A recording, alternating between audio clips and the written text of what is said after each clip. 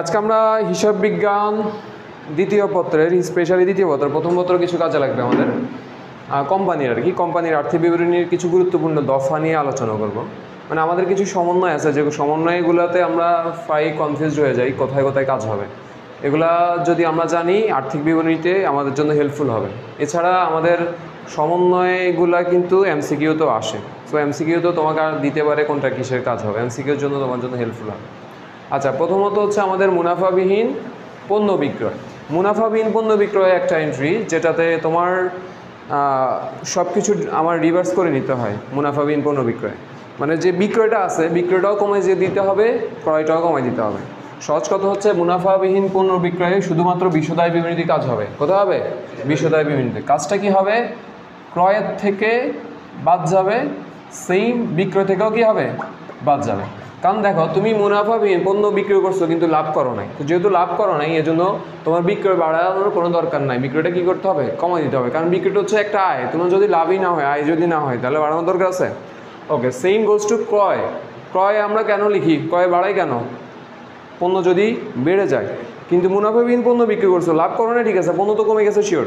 তো পণ্য যেহেতু কমে গেছে, এর জন্য কি ক্রয় থেকে বাদ। ওকে, তাহলে এটা ক্লিয়ার? মুনাফাবিহীন পণ্য বিক্রয়। আচ্ছা, এটা জাবেদাটা মনে রাখো। এটা জাবেদাও একটু ডিফারেন্ট। মুনাফাবিহীন পণ্য বিক্রয় নর্মালি ক্রয় হলে কী হয়? ডেবিট না? এটার ক্ষেত্রে ক্রয় হিসাব হবে ডেবিট। নর্মালি বিক্রয় হলে কী হয়? ক্রেডিট। এখানে ক্ষেত্রে বিক্রি হিসাব কী হবে? ডেবিট। তাহলে এটা জাবেদাটা হচ্ছে বিক্রি হিসাব ডেবিট, ক্রয় হিসাব ক্রেডিট। ওকে, তারপর হচ্ছে বিজ্ঞাপন বা সুনামের 5 ভাগের 1 অংশ অবলোপন করো। আবার এখানে লিখছি বিজ্ঞাপন বা সুনামের 5 ভাগের 1 অংশ কি? বিলম্বিত করো। এই অবলোপন আর বিলম্বিতের মধ্যে আমরা একটু ঝামেলায় পড়ে যাই। প্রশ্নে বিজ্ঞাপন থাকুক আর সুনাম থাকুক, যেটাই থাকুক, বিজ্ঞাপন খরচ আর সুনাম হচ্ছে সম্পদ। আচ্ছা, সেটা হচ্ছে বড় ব্যাপার, কিন্তু আমাদের মনে রাখতে হবে অবলোপন জিনিসটা কি আর হচ্ছে কি বিলম্বিত জিনিসটা কি। অবলোপন মানে হচ্ছে খরচ। অবলোপন মানে কি? খরচ। মানে আমরা যে আর্থিক বছরের কাজ করব, ওই আর্থিক বছরের জন্য যতটুকু হয়েছে সেটা হচ্ছে কি অবলোপন। আর এক্সট্রা পরের জন্য যতগুলো রয়ে গেছে, মানে আমাদের পরের জন্য যতগুলো রয়ে গেছে অগ্রিমের মতো আর কি, সেটা হচ্ছে কি বিলম্বিত। সেটা কি বিলম্বিত। এখন অবলোপন বিলম্বিত আমরা এটাতে কনফিউজড হয়ে যে কোথায় কোথায়। তাহলে অবলোপন যদি খরচ হয়, অবলোপন কোথায় যাবে? বিশদায় বিবৃতিতে। বিলম্বিত যেহেতু সম্পদ, বিলম্বিত কোথায় যাবে? আর্থিক বিবৃতিতে। তাহলে আমার সম্বন্ধের মধ্যে অবলোপন লেখুক আর বিলম্বিত লেখুক, আমি চিন্তা করব অবলোপনটা যাবে বিশদায় বিবৃতিতে আর বিলম্বিত যাবে কোথায়? আর্থিক বিবৃতিতে। এখন এখানে লিখছে, সাপোজ আমি ধরে নিলাম বিজ্ঞাপন, একটা একটা করে ধরে নিলাম বিজ্ঞাপন আছে কত টাকা? 50,000 টাকা। কত টাকা? 50,000 টাকা। এখন বিজ্ঞাপনের বলছে 5 ভাগের 1 অংশ অবলোপন কর।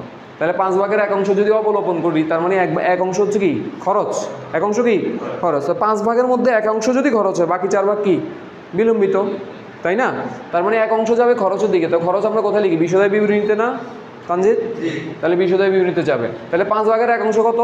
10,000 টাকা। তাহলে বিজ্ঞাপনের ক্ষেত্রে 10,000 টাকা যাবে কোথায়? বিশদায় বিবৃতি, খরচের দিকে যাবে। আর বাকি যে 4 অংশ থাকে, বাকি 4 অংশ কত? 40,000 টাকা। ওই 40 অংশ কোথায় যাবে? আর্থিক বিবৃতিতে। আর্থিক বিবৃতি কী নামে লিখবো? বিলম্বিত বিজ্ঞাপন নামে লিখবো। কী নামে? বিলম্বিত বিজ্ঞাপন। ব্যাপারটা ক্লিয়ার? সেম গোষ্ঠী ধরো সুনাম দিয়ে উদাহরণ দিই। ধরো সুনামও আমি একই ধরলাম 50,000 টাকা। সুনাম কত টাকা? 50,000 টাকা। তাহলে বলছো সুনামের 5 অংশ অবলোপন করো। তাহলে সুনামের 5 ভাগের 1 অংশ কত? 10,000 টাকা। তাহলে 10,000 টাকা কোথায় যাবে? বিশদায় বিবৃতিতে। আর বাকি যে 40,000 টাকা যাবে কোথায়? আর্থিক বিবৃতিতে। ক্লিয়ার ব্যাপারটা? তাহলে বিশদায় বিবৃতিতে লিখবো কি? সুনামের অবলোপন নামে লিখবো। আর আর্থিক বিবৃতিতে ডাইরেক্ট সুনাম নামে লিখবো। বুঝছো কি না? ওকে, তাহলে আমাদের এটাও, তাহলে এটা যদি বুঝো, এটা আর বোঝানোর দরকার নেই। তারপর আবার একটা এক্সাম্পল দিয়ে বুঝাই। এখানে বলছে বিজ্ঞাপন বা সুনামের 5 অংশকেই বিলম্বিত করো। ওখানে বলছে অবলোপন, এখানে বলছে কি বিলম্বিত। বাট যেটাই বলুক, ওই আমাদের ট্রিটমেন্ট একই রকম। অবলোপন যাবে কোথায়? বিশদায় বিবৃতিতে। আর বিলম্বিত যাবে কোথায়? আর্থিক বিবৃতিতে। তাহলে দেখো, ওই আমরা টাকা এটাই ধরলাম, বিজ্ঞাপন 50,000 টাকা। কত টাকা? 50,000 টাকা। তাহলে 5 ভাগের 1 অংশ বিলম্বিত করো। 5 ভাগের 1 অংশ কত? 10,000 টাকা। এবার 10,000 টাকা যাবে কোথায়? সম্পদ, মানে আর্থিক বিবৃতি সম্পদ দিকে। আর বাকি 40,000 টাকা খরচ হিসেবে আমরা বিশদায় বিবৃতিতে লিখবো। ব্যাপারটা ক্লিয়ার কি না? তাহলে সমন্বয়ে বিলম্বিত বলুক অথবা অবলোপন বলুক, সেটা ফ্যাক্ট না। ফ্যাক্ট হচ্ছে তোমার কত অংশ। ধরো 5 ভাগের 1 অংশ অবলোপন, তার মানে বাকিটা বিলম্বিত। 5 ভাগের 1 অংশ বিলম্বিত, তার মানে বাকিটা কি অবলোপন। তাহলে আজকে থেকে আশা করি একালতা কনফিউশন থাকবে না। বিজ্ঞাপন বা সুনাম যেটাই বলুক অথবা অন্য কোনো নামে যদি বিলম্বিত অবলোপন বলুক, অবলোপন হচ্ছে খরচটা আর বিলম্বিত হচ্ছে কি মনে করবো অগ্রিমটা, এক্সট্রাটা। ওকে, এরপর হচ্ছে আমরা কুরিনের কাজের মধ্যে খুব বেশি প্রবলেমে পড়ি। কুরিন অনেক বেশি ইম্পর্টেন্ট। আমাদের কুরিন জিনিসটা কি? কুরিন হচ্ছে কি আমরা যে টাকা পয়সা আর পাবো না, এটা হচ্ছে কি কুরিন। আমি একজন থেকে 10,000 টাকা পাই, এখন মনে হচ্ছে সে আর টাকাগুলো অনেক দিন থেকে দিচ্ছে না, এখন ধরে নিলাম এই টাকাগুলো আর পাবো না, এটা হচ্ছে কি আমার কুরিন। কুরিনের আরও নাম আছে, কুরিনকে অনাদায়ী পাওনাও বলা হয়, অনাদায়ী দেনাও বলা হয়। এখন কুরিনের কাজটার মধ্যে আমরা প্রায় কনফিউশনে পড়ে যাই, তো এই ক্ষেত্রে এই ট্রিটমেন্টটা মাথায় রাখবা। প্রথম হচ্ছে বিষয়দায় বিবরণীর কাজটা দেখি।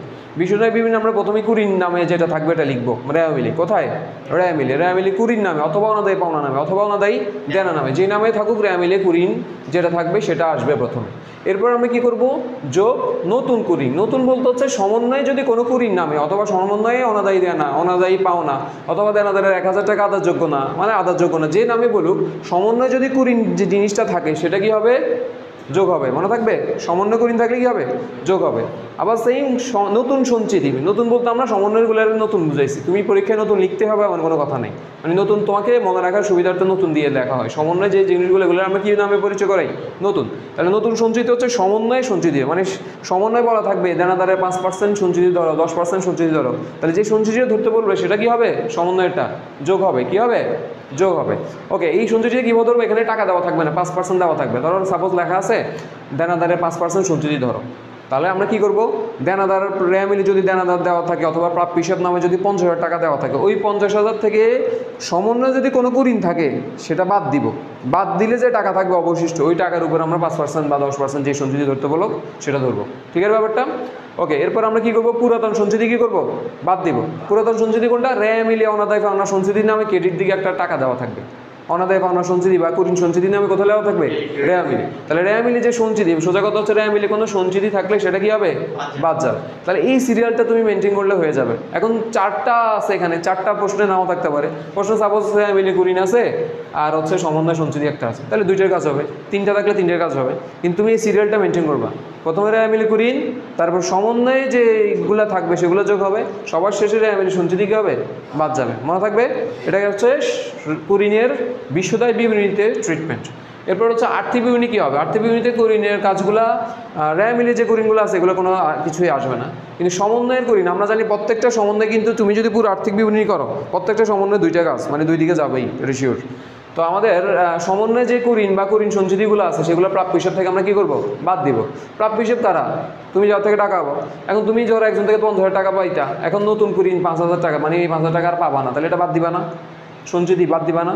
তাহলে আমরা কী করবো? সমন্বয়ে যে কুরিন বা সঞ্চিতি আছে, যে নতুন লিখছি, নতুন মানে তো সমন্বয়গুলো, সমন্বয়গুলো কী করবো? বাদ দিব। কোত্থেকে? প্রাপ্য হিসাব থেকে। আর প্রাপ্য হিসাব কোথায় থাকে? সম্পদে থাকে। ক্লিয়ার ব্যাপারটা? তাহলে আশা করি এটাতে আর ভুল হবে না, এটা খুব ইম্পর্টেন্ট আমাদের।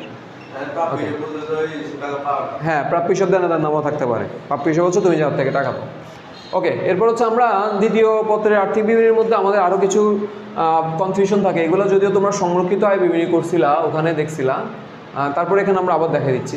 প্রথম হচ্ছে প্রস্তাবিত লভ্যাংশ, এটা মূলত সমন্বয় দেওয়া থাকে আর্থিক বিবরণীতে। দ্বিতীয় পত্রের আর্থিক বিবরণী যেটা সেটা আসে, সমন্বয় লেখা থাকে 10% লভ্যাংশ প্রস্তাব করা হলো বা ঘোষণা করা হলো। ঠিক আছে, প্রস্তাবিত লভ্যাংশ অথবা ঘোষণাকৃত লভ্যাংশ হতে পারে, এটা ঘোষণাকৃত হতে পারে, ঘোষণাকৃত। ওকে, তাহলে কী থাকতে পারে? সমন্বয়ে 10% ঘোষণা দেওয়া হলো শেয়ার হোল্ডারের উপর অথবা নিট লাভের উপর, মানে যে টাকাই হোক টাকাটা তুমি বের করবা। যদি বলে মূলধনের উপর, মূলধনের উপর টাকা বের করবা, আর যদি বলে শেয়ার মূলধনের উপর শেয়ার মূলধন, আর যদি বলে নিট লাভের উপর ধরবো। আচ্ছা, ওটা সমস্যা না, কিন্তু প্রবলেম হচ্ছে আমাদের কোথায় হবে? আমরা দেখছি সংরক্ষিত আয় বিবরণীর মধ্যে যত লভ্যাংশ আছে, লভ্যাংশগুলো কি হয়? বাদ যায়। যেহেতু লভ্যাংশ মানে কি? লাভের অংশ। শেয়ার হোল্ডার যদি তুমি লাভের অংশ দিয়ে দাও তাহলে তোমার কি হবে? মালিকানা সত্ত্ব কমে যাবে না, মালিকের টাকা পয়সা কমে যাবে না, শেয়ার হোল্ডারের টাকা কমে যাবে না। এই জন্য আমরা কী করতে হবে? এটা রক্ষিত আয় ব্যয় বিবরণী করছি না আমরা কিন্তু এটা অলরেডি করছি। রক্ষিত আয় বিবরণী থেকে আমরা কী করবো? বাদ দিব। আরেকটা হচ্ছে আর্থিক বিবরণীতে কোথায় যাবে? আর্থিক বিবরণী চলতি দায়ের দিকে দেখাই দিব। কোথায় দেখাই দিব? চলতি দায়। সাপোজ আমার প্রস্তাবিত লভ্যাংশ বলছে নিট লাভের 10%, এখন নিট লাভ হয়েছে 5 লাখ টাকা, তাহলে 5 লাখের 10% কত? 50,000 টাকা। তাহলে 50,000 টাকার কাজ আমি কী করবো?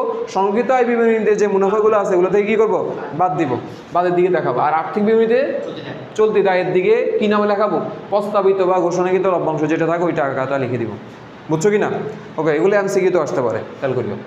এরপর হচ্ছে অন্তর্বর্তী লভ্যাংশ। অন্তর্বর্তী লভ্যাংশ আমরা সমন্বয়ের কাজগুলো 2 জায়গায় যায়, এটা সমন্বয়ে দেওয়া থাকে, কিন্তু অন্তর্বর্তী লভ্যাংশ রেয়ামিলে দেওয়া থাকে, জন্য এটার কাজ একদিকে যায়। অন্তর্বর্তী লভ্যাংশ আমরা কী করতে হবে? সংরক্ষিত আয় বিবরণী থেকে কী করতে হবে? বাদ দিতে হবে, এটা আমরা দেখছিলাম, ওখানেই হবে। এরপর হচ্ছে অদাবিকৃত লভ্যাংশ। অদাবিকৃত লভ্যাংশ জিনিসটা কি? মানে তুমি শেয়ার হোল্ডার, তুমি একটা লাভের অংশ পাইছো, এখন ওই লাভের টাকাটা তুমি আর নাও নাই, তুমি দাবি করো নাই, আমাদের কাছে রয়ে গেছে না, এর জন্য এটার কাজ আমরা রক্ষিত আয় বিবরণীতে যোগ করে দিই। নর্মালি লভ্যাংশ কি কমে যাওয়ার কথা, শেয়ার হোল্ডারদের লভ্যাংশ, শেয়ার হোল্ডারে টাকা নিয়ে গেছে, তাহলে আমার মালিকানা সত্ত্ব কমে গেছে না, বা ব্যবসায়ী সত্ত্বটা কমে গেছে না, এই জন্য আমরা বাদ দিই। কিন্তু এখানে তো মালিকে দাবি করে নেই, অদাবিকৃত লভ্যাংশ মানে মালিক এটা নেয়ই নেই, তো যেহেতু নেয় না, এটা রয়ে গেছে না, এই জন্য আমরা ফান্ডটা আবার বাড়াই দেবো। তাহলে সংরক্ষিত আয় বিবরণীতে কী হবে, যোগ হবে। এরপর আর্থিক বিবরণীতে আবার চলতি দায়ের দিকে দেখাবো, ঠিক আছে, কারণ এটা যেহেতু আমাকে অদাবিকৃত লভ্যাংশ মানে ও দাবি করে না, এই জন্য টাকাটা রয়ে গেছে, এই জন্য আমি যোগ করছি, ঠিক আছে, কিন্তু টাকাটা তো আমার না, দিতে হবে, যে জিনিস আর থার্ড পার্সনের আমাকে দিতে হবে, কোম্পানির দিতে হবে, সেটাই তো দায়, তাই না, এই জন্য আমরা এটা দায়ের দিকে লিখবো। ওকে, নেক্সট হচ্ছে নিট লাভের টাকা, কত টাকা আমি লিখিনি, সাপোজ এখানে লেখা থাকতে পারে 50,000 টাকা, 1 লাখ টাকা, যে টাকাই থাকুক, নিট লাভের আমরা ধরে নিলাম 50,000 টাকা। নিট লাভের 50,000 টাকা সঞ্চিত তহবিলে স্থানান্তর, বা বলতে পারে সাধারণ সঞ্চিত তহবিলে স্থানান্তর। তাহলে তহবিলে স্থানান্তর বললে আমরা কি হবে, কি করলাম, রক্ষিত আয় বিবরণী থেকে কি করব, বাদ দিব। সংরক্ষিত আয় যে আয় বিবরণীটা করবো, এটা থেকে আমরা যে কোনো তহবিলে স্থানান্তর হলে আমরা কি করব, বাদ দিব। আর এই সাধারণ সঞ্চিতিতে স্থানান্তর করছে, সাধারণ সঞ্চিত তহবিলটা বাড়ছে না, তাহলে সাধারণ সঞ্চিত তহবিল যদি বাড়ে, তাহলে আমরা কি করব, সাধারণ সঞ্চিত তহবিলে লিখে দিব। এখন সাধারণ সঞ্চিত তহবিল কোথায় হয়, আর্থিক বিবরণীতে, কোথায় লিখতে হয়, আর্থিক বিবরণীতে। আর্থিক বিবরণীতে এটা শেয়ার মূলধন ও সঞ্চিতি নামে একটা পার্ট আছে। আর্থিক বিবরণীতে অনেকগুলো পার্ট, একটা হচ্ছে শুধু শেয়ার মূলধন, দ্বিতীয় পত্রের আর্থিক বিবরণী, শেয়ার মূলধন মানে হচ্ছে, আরেকটা হচ্ছে চলতি দায়, দীর্ঘমেয়াদী দায়। এরপরে সঞ্চিতি নামে একটা পার্ট করবো আমরা, সঞ্চিতি নামে একটা যে পার্টটা করবো, ওখানে কি লিখবো, সাধারণ সঞ্চিতি তহবিল, মনে থাকবে। তাহলে সাধারণ সঞ্চিতি তহবিল নামে 50,000 টাকা লিখে ফেলবো, বুঝছো কি না। আবার এটা খেয়াল করতে হবে, ধরো রেয়া মিলে যদি আগে থেকে সাধারণ সঞ্চিতি আছে তো 20,000 টাকা, আগে কত আছে 20,000 টাকা, তাহলে ওই 20,000 আগে লিখবো আর্থিক বিবরণীতে। তারপরে এই নতুন করে 50,000 টাকা আসছে, এই 50,000 টাকাও কী করবো, যোগ করবো, টোটাল হবে কত, 70,000 টাকা। আর আগের যদি না থাকে, টোটাল এই 50,000 টাকাই আসবে, মনে থাকবে। তাহলে তহবিলের স্থানান্তরের ব্যাপারটা ক্লিয়ার গেল আমাদের। এরপর হচ্ছে মেশিন সংস্থাপন ব্যয় 5,000 টাকা মজুরিতে অন্তর্ভুক্ত আছে। মানে আমরা মাঝে মাঝে সংস্থাপন করি, সংস্থাপন মানে তো বুঝো, মেরামত করি, আচ্ছা ঠিকঠাক করি। তো এই মেশিন ঠিক করছো, এটা হচ্ছে অ্যাকচুয়ালি মেশিনের নামেই লেখা উচিত, মেশিনের হেডিংয়ে লেখা উচিত। যেই কাজটা আমি করছি ওটার হেডিংয়ে লেখা উচিত না, আমি তোমার থেকে টাকা পাইলে তোমার নামে তো লেখা উচিত, তানভীরের নামে তো লিখবো না। তো এখানেও ব্যাপারটা এমন, মেশিন সংস্থাপন করছি, এটার নাম হওয়ার কথা কি, মেশিন নামে, কি নামে করার কথা, মেশিন নামে, কিন্তু ভুলে কোথায় আছে, মজুরিতে অন্তর্ভুক্ত আছে, মজুরি থেকে যাওয়ার কথা। তাহলে আমরা কখনো যদি এমন হয়, কোনো টাকা যদি অন্য কোথাও অন্তর্ভুক্ত থাকে, আমরা যেখানে ভুল করে অন্তর্ভুক্ত আছে সেখান থেকে কি করব, বাদ দিব। আর যেখানে হওয়ার কথা, ইনক্লুড হওয়ার কথা, সেটার সাথে কি করব, যোগ করব। সাপোজ আমি বললাম বেতনের টাকা মজুরিতে অন্তর্ভুক্ত আছে, তাহলে তুমি কি করবা, মজুরি থেকে বাদ, বেতনের সাথে যোগ। ওকে, আমি বললাম ভাড়ার টাকা বেতন অন্তর্ভুক্ত আছে, তাহলে তুমি কি করবা, ভাড়ার টাকা বেতন অন্তর্ভুক্ত আছে, বেতনে ভুল করে আছে না, তাহলে বেতন থেকে বাদ, আর ভাড়ার সাথে কি যোগ। ঠিক আছে তানজিল। এখন আমি এখানে আরেকটু ঝামেলা আছে, এখানে সংস্থাপন ব্যয় মজুরিতে, তাহলে এটা তো আমরা বুঝলাম, যেহেতু মেশিনের টাকা, তাহলে মেশিনের সাথে কি হবে, যোগ হবে। তো মেশিন থাকে কোথায়, আর্থিক বিবরণী সম্পদ দিকে না, তাহলে আর্থিক বিবরণী সম্পদ দিকে আমরা মেশিনের সাথে টাকা যোগ করব। মেশিন নামে সাপোজ আগে রেয়া মিলে 1 লাখ টাকা আছে, ওই 1 লাখের সাথে এই 5,000 যোগ করব। আর যদি 1 লাখ নাই থাকে, তাহলে শুধু এই 5,000ই আসবে, ক্লিয়ার।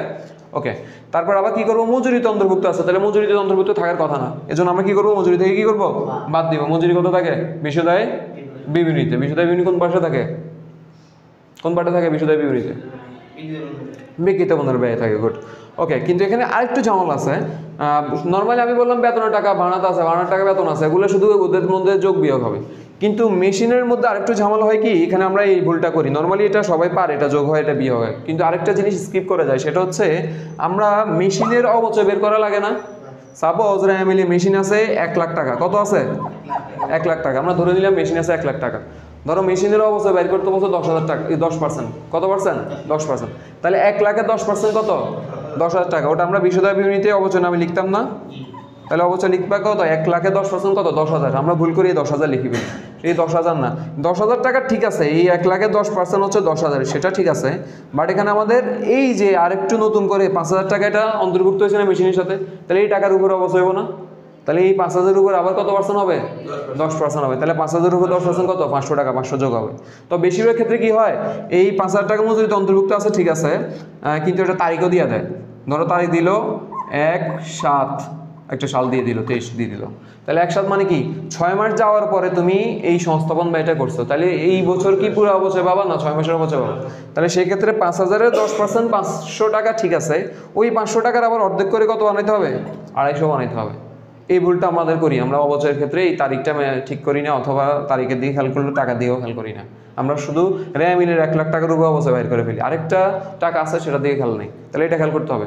ঠিক আছে, আরও কিছু কিছু সমন্বয় আছে আমাদের, যেমন হচ্ছে সমাপনী মজুত পণ্য 2টা আছে, তাহলে তুমি কোনটা লিখবা?